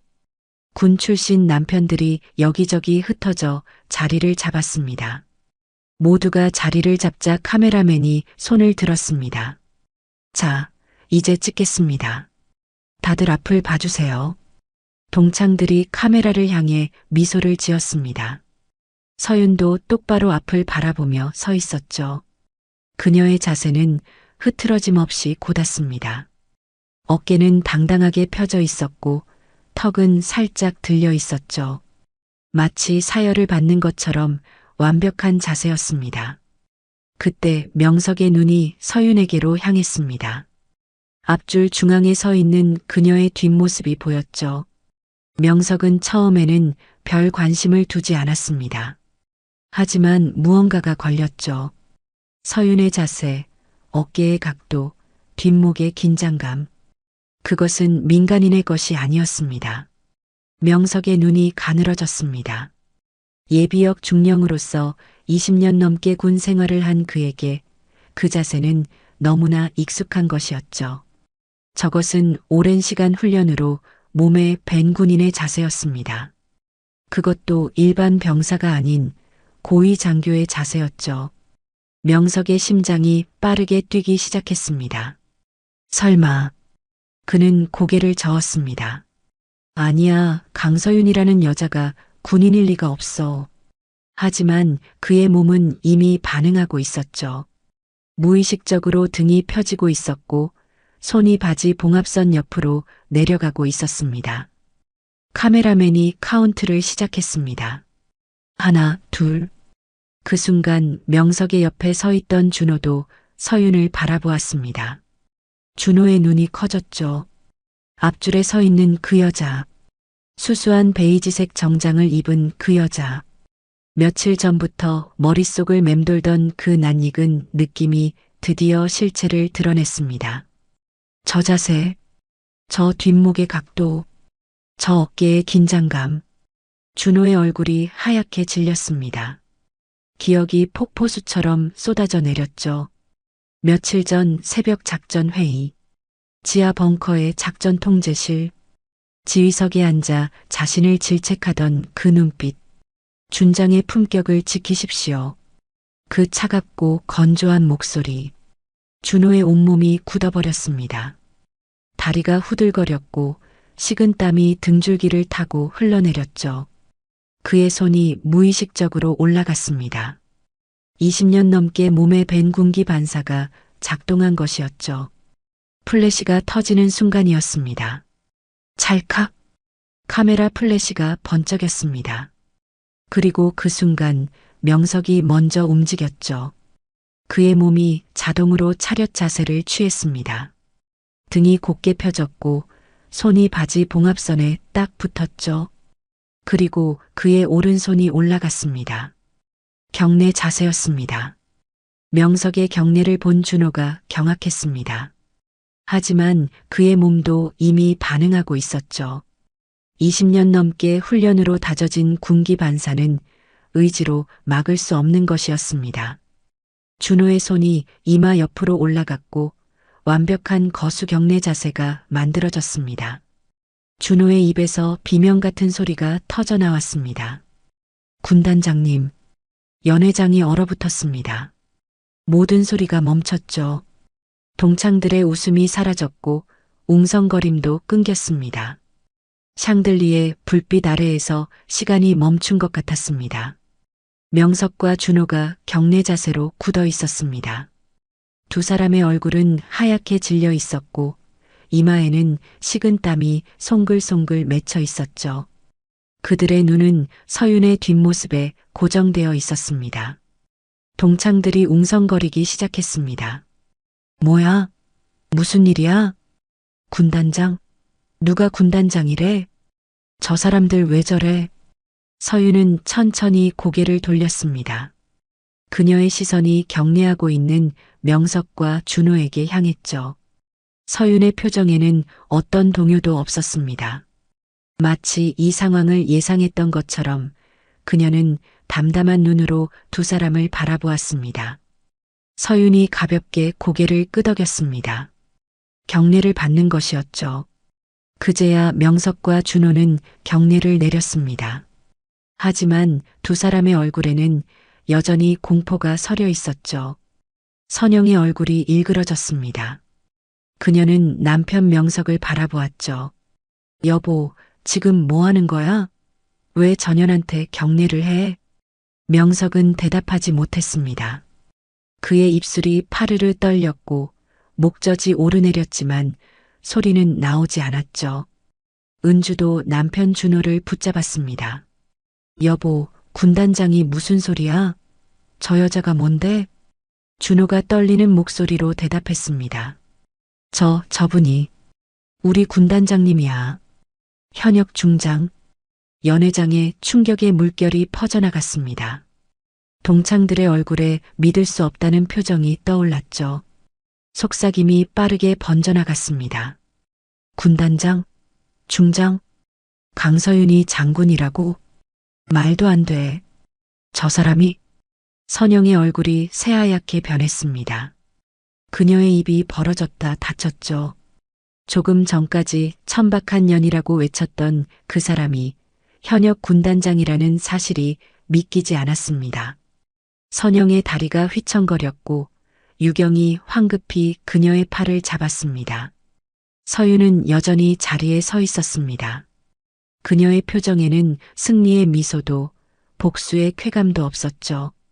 그저 담담하고 고요한 눈빛이었습니다.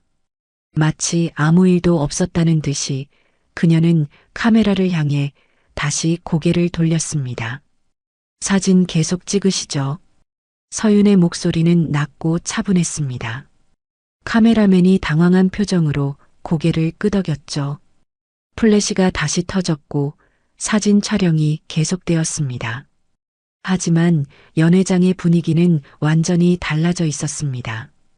동창들의 시선이 서윤에게 집중되어 있었죠. 조금 전까지 그녀를 무시하고 조롱하던 사람들이 이제는 경외와 두려움이 섞인 눈으로 그녀를 바라보았습니다. 사진 촬영이 끝났습니다. 동창들이 무대에서 내려왔지만 아무도 서윤에게 먼저 말을 걸지 못했죠. 그녀 주변에는 보이지 않는 장벽이 세워진 것 같았습니다. 서윤은 도연의 손을 잡고 조용히 자리로 돌아갔습니다.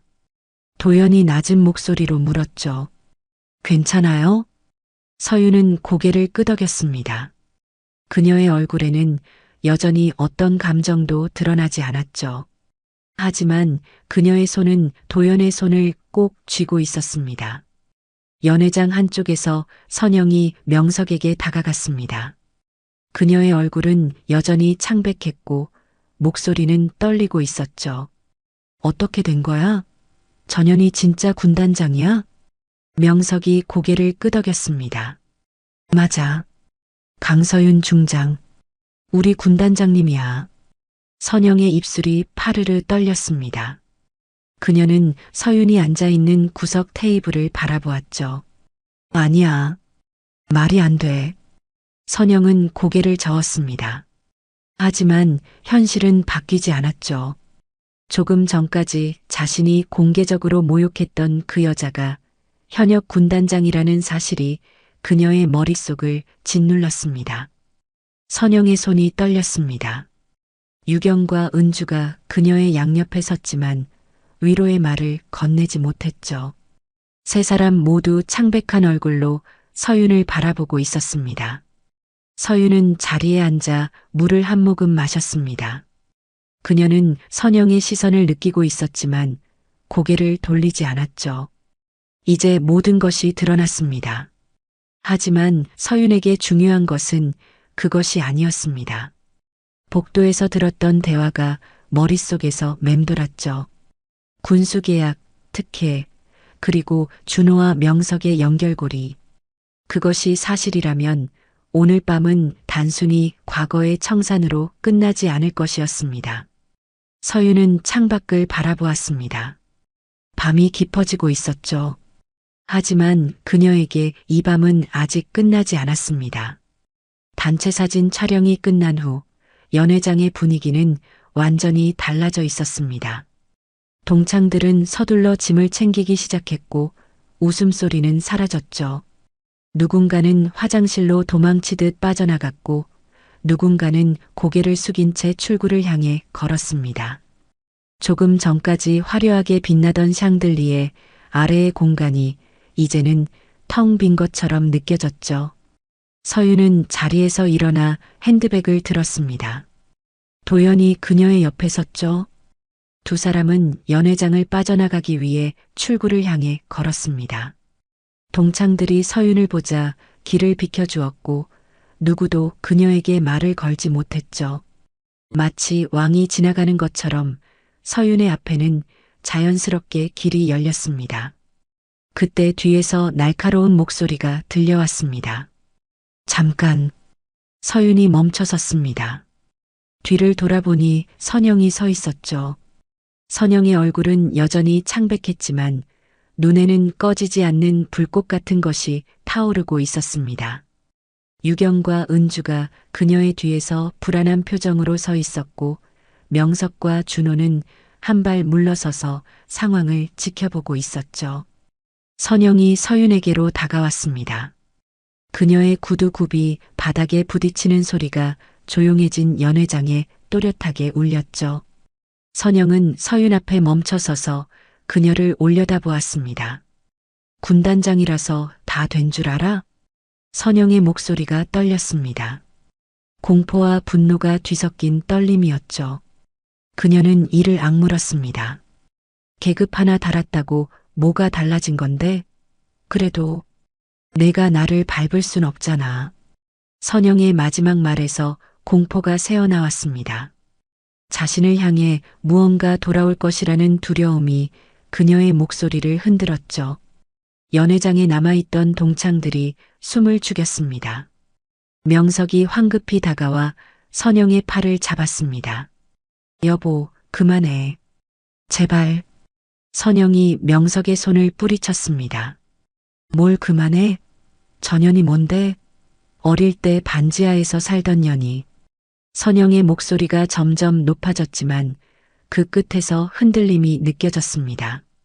그녀는 서윤을 노려보았죠. 하지만 서윤의 눈은 고요했습니다. 분노도 슬픔도 경멸도 없었죠.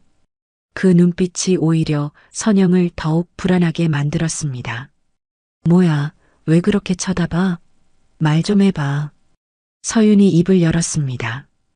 그녀의 목소리는 낮고 차분했죠. 나는 당신을 이기려고 여기 온 게 아닙니다.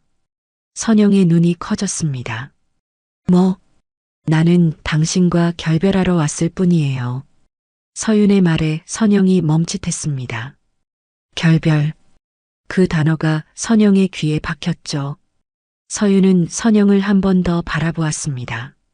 30년 전 당신이 반지하 창문 앞에서 나를 조롱했을 때 나는 아무것도 할 수 없었어요. 이불을 뒤집어 쓰고 숨죽여 울었죠. 그 기억이 30년 동안 나를 따라다녔어요. 서윤의 목소리가 잠시 떨렸습니다. 하지만 그녀는 말을 이어갔죠. 용서하진 못해요. 그건 솔직히 아직 어려워요. 하지만 더는 끌려가지 않겠습니다.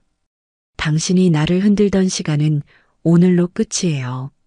서윤의 말에는 완전한 초월 대신 흔들리지만 놓겠다는 결연함이 담겨 있었습니다. 선영의 얼굴이 일그러졌죠. 뭐, 끌려가지 않는다고? 서윤이 고개를 끄덕였습니다. 네. 그러니까 이제 끝이에요. 나는 당신에게 더 이상 반응하지 않을 거예요. 서윤은 선영에게서 고개를 돌렸습니다. 그리고 도연의 손을 잡고 출구를 향해 걸어갔죠. 선영이 그녀의 뒤에서 소리쳤습니다. 아, 어디가? 내 말 안 끝났어. 서윤은 멈추지 않았습니다. 그녀의 등은 곧게 펴져 있었고 걸음은 흔들림 없이 앞으로 나아갔죠. 선영이 서윤을 따라가려 했지만 명석이 그녀의 팔을 붙잡았습니다. 그만해. 더 이상은 안 돼. 그때 준호가 앞으로 나섰습니다. 그의 얼굴은 여전히 창백했고 목소리는 떨리고 있었죠. 선영 씨, 그만하세요. 저분은 함부로 대할 분이 아닙니다. 선영이 준호를 노려보았습니다. 뭐, 너까지 왜 그래? 준호가 고개를 숙였습니다. 저분은 제 직속 상관입니다. 제가 저분 밑에서 일하고 있어요. 선영의 얼굴에 당혹스러운 표정이 스쳤습니다. 그녀는 주위를 둘러보았죠. 은주도 유경도 고개를 숙이고 있었고 남아있던 동창들도 시선을 피했습니다. 아무도 그녀의 편이 아니었죠. 선영의 다리에서 힘이 빠졌습니다. 그녀는 비틀거리며 한 발 물러섰죠. 명석이 황급히 그녀를 부축했습니다. 한편 서윤은 연회장을 빠져나와 복도를 걷고 있었습니다. 도연이 그녀의 손을 꼭 쥐고 있었죠. 복도의 조명이 희미하게 두 사람을 비추고 있었습니다. 도연이 물었습니다. 괜찮아요? 서윤은 고개를 끄덕였습니다. 하지만 그녀의 걸음이 잠시 느려졌죠. 서윤은 창밖을 바라보았습니다. 밤하늘에 별이 드물게 떠 있었고 호텔 정원의 가로등 불빛이 어둠 속에서 빛나고 있었습니다. 결별했어요. 서윤의 목소리가 낮게 울렸습니다. 30년 동안 가슴속에 담아뒀던 것들이랑요. 완전히 잊을 수 있을지는 모르겠어요. 하지만 이제 끌려다니진 않을 거예요. 도연은 아무 말 없이 아내의 손을 잡았습니다. 서윤의 손이 떨리고 있었죠. 하지만 그 떨림은 두려움이 아니라 해방감에서 오는 것이었습니다. 차에 오른 서윤은 잠시 눈을 감았습니다. 도연이 차 시동을 걸었죠. 서윤이 입을 열었습니다. 당신 복도에서 들은 이야기 기억나요? 도연이 고개를 끄덕였습니다. 최명석 씨 회사가 군수 계약을 땄다는 거요? 네. 그리고 이준호 준장이 도와줬다는 말도요. 서윤의 눈이 가늘어졌습니다. 저 사람들이 오늘 나한테 저렇게 대할 수 있었던 건 자기들의 권력이 안전하다고 믿었기 때문이에요. 군수사업, 현역 장군 인맥, 그런 것들이 자기들을 보호해 줄 거라고 생각한 거죠. 도연이 물었습니다. 그래서 어떻게 할 건가요? 서윤은 창밖을 바라보았습니다. 사적 감정으로 움직이지는 않을 거예요. 하지만 직무적으로 확인해야 할 것은 있어요. 서윤의 목소리에는 결연함이 담겨 있었습니다. 내일 출근하면 군단 내 군수계약 전반에 대한 점검을 지시할 거예요. 무작위 샘플 점검으로요. 특정 업체를 겨냥하는 게 아니라 전체적인 위험성 평가를 하는 거죠. 도연이 고개를 끄덕였습니다. 원칙대로 하는 거군요. 네. 만약 문제가 있다면 그건 점검 과정에서 자연스럽게 드러날 거예요. 차가 호텔 정문을 빠져나왔습니다. 도심의 불빛들이 창밖으로 스쳐 지나갔죠. 서윤은 눈을 감았습니다. 도연이 말했습니다. 당신 오늘 정말 대단했어요. 서윤은 미소를 지었습니다. 희미하지만 오랜만에 짓는 진짜 미소였죠. 아직 끝난 게 아니에요. 하지만 오늘 하나는 끝났어요. 차는 조용히 밤의 도로를 달렸습니다. 서윤은 창밖을 바라보며 생각에 잠겼죠. 과거와의 결별은 끝났습니다. 이제 남은 것은 원칙을 지키는 일이었습니다. 월요일 아침 서윤은 평소보다 일찍 출근했습니다. 새벽 6시에 눈을 떴고 7시에는 이미 군단 사령부 집무실에 앉아 있었죠. 창밖으로 동이 트고 있었고 경계 초소의 불빛들이 하나둘 꺼지기 시작했습니다. 서윤은 책상 앞에 앉아 잠시 눈을 감았습니다. 주말 동안 있었던 일들이 머릿속을 스쳐갔죠. 동창의 선영의 조롱, 그리고 경례하던 명석과 준호의 얼굴. 서윤은 그 기억들을 천천히 정리한 뒤 눈을 떴습니다. 지금부터는 감정이 아닌 원칙이 작동해야 할 시간이었죠. 서윤은 책상 위에 놓인 내선 전화기를 들어 비서실장을 호출했습니다. 비서실장, 잠깐 들어오세요. 잠시 후 문이 열리고 비서실장이 들어왔습니다. 50대 초반의 소장으로 서윤의 오른팔 역할을 하는 참모였죠. 그는 서윤의 표정을 살피며 조심스럽게 물었습니다. 무슨 일이십니까, 군단장님? 서윤은 담담한 목소리로 말했습니다. 군단 내 군수 계약 전반에 대한 위험성 평가를 실시하려고 합니다. 무작위 샘플 점검 방식으로요. 비서실장의 눈이 커졌습니다. 무작위 샘플 점검이요? 특별한 이유가 있습니까? 서윤은 고개를 저었습니다. 특정 업체나 개인을 겨냥하는 게 아닙니다. 정기적인 내부 점검의 일환으로 진행하는 거예요. 최근 군수 계약 건수가 늘었으니 전반적인 리스크를 확인할 필요가 있죠. 비서실장이 고개를 끄덕였습니다. 알겠습니다. 점검 범위와 기간은 어떻게 잡을까요? 최근 1년간 체결된 군수 계약 중에서 무작위로 20%를 선정해서 서류 검토를 진행하세요. 기간은 일주일 정도면 충분할 겁니다. 서윤은 잠시 멈췄다가 덧붙였습니다. 그리고 점검 과정에서 현역 장교 유착 의심 징후가 발견될 경우 육군본부 감찰실장에게 즉시 비공식 보고하도록 단서를 달아주세요. 비서실장의 표정이 굳어졌습니다. 그는 서윤의 의도를 짐작한 듯 했지만 더 이상 묻지 않았죠. 알겠습니다. 바로 준비하겠습니다. 비서실장이 나간 후 서윤은 창밖을 바라보았습니다. 동쪽 하늘이 붉게 물들어가고 있었죠. 서윤은 마음속으로 다짐했습니다. 이것은 복수가 아니다. 원칙을 지키는 것이다. 며칠이 지났습니다. 서윤은 평소처럼 업무를 보았고 점검에 대해서는 직접 관여하지 않았죠. 부관과 참모들이 서류를 검토하고 데이터를 정리했고 서윤은 그 결과만을 기다렸습니다. 금요일 오후 비서실장이 집무실로 들어왔습니다. 그의 손에는 얇은 서류철이 들려 있었죠. 비서실장의 표정이 심각했습니다. 군단장님, 무작위 샘플 점검 결과가 나왔습니다. 서윤은 고개를 끄덕이며 서류철을 받아들었습니다. 표지에는 군수계약 위험성 평가 보고서라는 제목이 적혀 있었죠. 서윤은 천천히 서류를 펼쳤습니다. 첫 페이지에는 점검 대상 계약 목록이 나열되어 있었습니다. 20개가 넘는 계약건이 무작위로 선정되어 있었죠. 서윤의 눈이 목록을 훑어 내려갔습니다. 그리고 한 업체 이름에서 멈췄죠.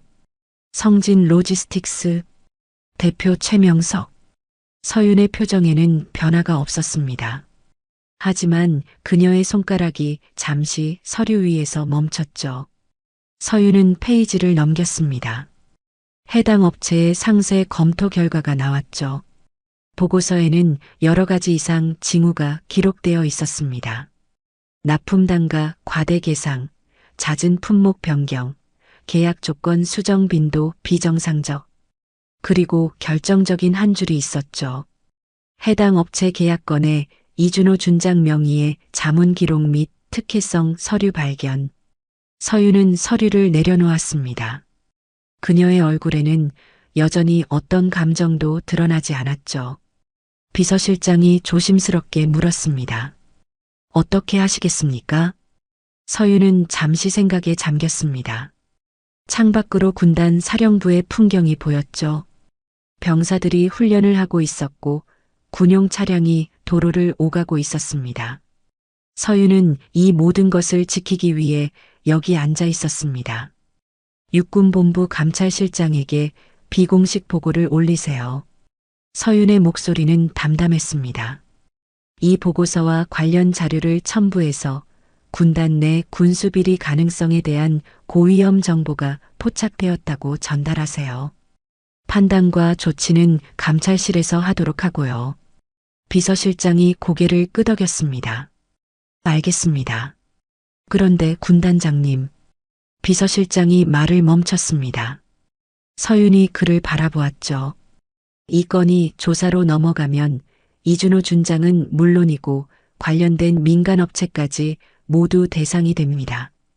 혹시 서윤은 비서실장의 말을 끊었습니다. 나는 직무로 판단했을 뿐입니다. 누구를 겨냥한 것이 아니에요. 점검에서 이상이 발견됐고 그것을 상급기관에 보고하는 것은 당연한 절차죠. 서윤의 목소리에는 단호함이 담겨 있었습니다. 내가 개인적으로 손을 대는 게 아니라 시스템이 작동하는 겁니다. 원칙이 적용되는 거예요. 비서실장은 더 이상 묻지 않았습니다. 그는 경례를 하고 집무실을 나갔죠. 서윤은 다시 창밖을 바라보았습니다. 해가 서쪽으로 기울고 있었고 하늘이 붉게 물들어가고 있었죠. 서윤은 마음속으로 어머니의 말을 떠올렸습니다. 품위는 돈이 아니라 태도야. 서윤은 오늘 그 말을 지켰습니다. 사적인 복수 대신 직무적 판단을 선택했고 감정 대신 원칙을 따랐죠. 선영과 명석이 무너진다면 그것은 서윤이 손을 댔기 때문이 아니라 그들 스스로 쌓아온 것이 무너지는 것이었습니다. 서윤은 책상 서랍에서 휴대전화를 꺼냈습니다. 도연에게 문자를 보냈죠. 오늘 보고서가 나왔어요. 내가 생각한 대로였어요. 감찰실로 넘겼습니다. 잠시 후 답장이 왔습니다. 원칙대로 했군요. 당신답습니다. 서윤은 휴대전화를 내려놓고 미소를 지었습니다. 희미하지만 마음이 가벼워지는 미소였죠. 집무실 벽에 걸린 군단장 초상화가 서윤을 내려다보고 있었습니다. 그 아래 명찰에는 강서윤 중장이라는 글자가 또렷이 새겨져 있었죠. 서윤은 그 명찰을 바라보았습니다. 30년 전 반지하 방에서 이불을 뒤집어 쓰고 울던 소녀는 이제 여기 없었습니다. 지금 이 자리에 앉아 있는 것은 원칙으로 세상을 통제하는 군단장이었죠. 서윤은 책상 위에 놓인 보고서를 다시 한번 바라보았습니다. 이 서류가 감찰실로 넘어가면 조사가 시작될 것이었습니다. 그리고 조사가 끝나면 누군가는 대가를 치르게 되겠죠. 하지만 그것은 서윤이 정하는 것이 아니었습니다. 법과 규정이 정하는 것이었죠. 서윤은 눈을 감았습니다. 동창회에서 있었던 일들이 다시 떠올랐죠. 선영의 조롱, 천박한 년이라는 외침, 그리고 경례하던 명석과 준호의 얼굴. 서윤은 그 기억들을 마음속 깊이 눌러 담았습니다. 이제 그것들은 더 이상 그녀를 흔들지 못했죠. 창밖에서 저녁 노을이 지고 있었습니다. 서윤은 일어서서 창가로 걸어갔죠. 군단 사령부의 풍경이 한눈에 들어왔습니다. 병사들이 막사로 돌아가고 있었고 초소의 불빛이 하나둘 켜지기 시작했죠. 서윤은 그 풍경을 바라보며 생각했습니다. 이것이 내가 지켜야 할 것들이다. 서윤은 다시 책상으로 돌아왔습니다. 아직 처리해야 할 서류가 남아 있었죠. 그녀는 펜을 들고 다음 서류에 서명을 시작했습니다. 원칙은 멈추지 않았습니다. 그리고 서윤도 멈추지 않았죠. 일주일이 지났습니다. 서윤이 감찰실에 보고서를 넘긴 후 조사는 빠르게 진행되었죠. 육군본부 감찰실은 군단장의 보고를 받자마자 합동수사팀을 구성했고 성진 로지스틱스와 관련된 모든 계약건을 조사하기 시작했습니다. 서윤은 조사에 직접 관여하지 않았습니다. 그녀는 평소처럼 업무를 보았고 작전 회의에 참석했으며 부대 순실을 다녔죠. 수사팀과는 최소한의 연락만 유지했고 그 이상의 개입은 하지 않았습니다. 원칙이 작동하도록 내버려 두는 것, 그것이 서윤이 선택한 방식이었죠. 금요일 오후 비서실장이 집무실로 들어왔습니다. 그의 손에는 감찰 결과 보고서가 들려 있었죠. 군단장님, 감찰 결과가 나왔습니다. 서윤은 고개를 끄덕이며 보고서를 받아들었습니다. 표지에는 군수비리 조사 결과 보고라는 제목이 적혀 있었죠. 서윤은 천천히 서류를 펼쳤습니다. 보고서의 내용은 명확했습니다. 성진 로지스틱스 대표 최명석은 군수 계약 과정에서 리베이트를 수수한 혐의로 구속 기소되었죠. 납품 단가를 과대 계상하고 그 차액을 현역 장교에게 뒷돈으로 제공한 정황이 확인되었습니다. 회사는 군납 사업권을 박탈당했고 추가 조사가 진행 중이었죠. 그리고 또 한 사람. 이준호 준장은 군사법원에서 불명예 전역과 징계 처분을 받았습니다. 군수참모 직책을 이용해 특정 업체에 특혜를 제공한 혐의가 인정되었죠. 그의 군 경력은 거기서 끝이 났습니다. 서윤은 보고서를 덮었습니다. 그녀의 표정에는 승리의 쾌감도 복수의 기쁨도 없었죠. 그저 담담한 눈빛이었습니다. 비서실장이 조심스럽게 물었습니다. 어떻게 생각하십니까? 서윤은 창밖을 바라보았습니다. 원칙이 작동했습니다.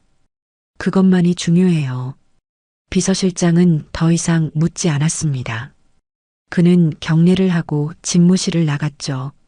서윤은 책상 서랍을 열었습니다. 그 안에는 며칠 전 도착한 편지 한 통이 들어 있었죠. 발신자는 중학교 시절 반장이었던 동창이었습니다. 선영의 오른팔로 서윤을 따돌리는데 앞장섰던 바로 그 사람이었죠. 서윤은 편지를 꺼내 다시 읽었습니다. 서윤에게 이 편지를 쓰기까지 오랜 시간이 걸렸습니다. 40년 전 내가 했던 일들이 너에게 얼마나 큰 상처가 되었는지 그때는 몰랐어요. 아니, 알면서도 외면했던 것 같습니다. 반지하 창문 앞에서 너를 조롱하던 날 나도 그 자리에 있었어요. 웃었고 동조했죠. 너의 어머니가 문 앞에 서 계셨던 것도 기억합니다. 그 표정을 잊을 수가 없어요. 용서해달라고 말하기엔 너무 늦었다는 걸 알아요. 하지만 이 말만은 하고 싶었습니다. 미안합니다. 진심으로 미안합니다. 동창회에서 내가 군단장이라는 걸 알았을 때 나는 부끄러웠어요. 내가 짓밟으려 했던 사람이 저렇게 당당하게 서 있는데 나는 뭘 했나 싶었죠. 이 편지가 너에게 어떤 의미가 될지 모르겠습니다. 하지만 40년 전의 비겁함에 대해 이제라도 사과하고 싶었어요. 건강하길 바랍니다. 서윤은 편지를 접어 다시 서랍에 넣었습니다. 그녀의 눈가에 미세한 물기가 맺혔지만 금방 사라졌죠. 서윤은 창밖을 바라보았습니다. 저녁 노을이 하늘을 붉게 물들이고 있었죠. 퇴근 시간이 되었습니다. 서윤은 집무실을 나와 주차장으로 향했죠. 도연이 차 앞에서 기다리고 있었습니다. 오늘은 남편이 데리러 온 날이었죠. 서윤이 차에 타자 도연이 물었습니다. 결과 나왔다면서요? 서윤은 고개를 끄덕였습니다. 네, 끝났어요. 도연이 시동을 걸었습니다. 차가 사령부 정문을 빠져나왔죠. 서윤은 창밖을 바라보았습니다. 익숙한 풍경이 스쳐 지나갔죠. 선영은요? 도연이 물었습니다. 서윤은 잠시 생각에 잠겼죠. 남편이 구속되면서 모든 걸 잃었대요. 집도 사업도요. 은주한테 책임을 전가하고 있다더군요. 도연이 고개를 끄덕였습니다. 그 사람들끼리의 일이네요. 네. 나와는 상관없는 일이에요. 서윤의 목소리는 담담했습니다. 선영의 몰락에 대해 쾌감을 느끼지도 연민을 느끼지도 않았죠. 그것은 서윤이 만든 결과가 아니었습니다. 그들 스스로 쌓아온 것이 무너진 것이었죠. 차가 집 앞에 도착했습니다. 서윤과 도연은 함께 현관문을 열고 들어갔죠. 거실에는 따뜻한 불빛이 켜져 있었고 익숙한 집의 냄새가 서윤을 맞이했습니다. 서윤은 소파에 앉아 눈을 감았습니다. 오랜만에 느끼는 평온함이었죠. 지난 몇 주간의 일들이 머릿속을 스쳐갔습니다.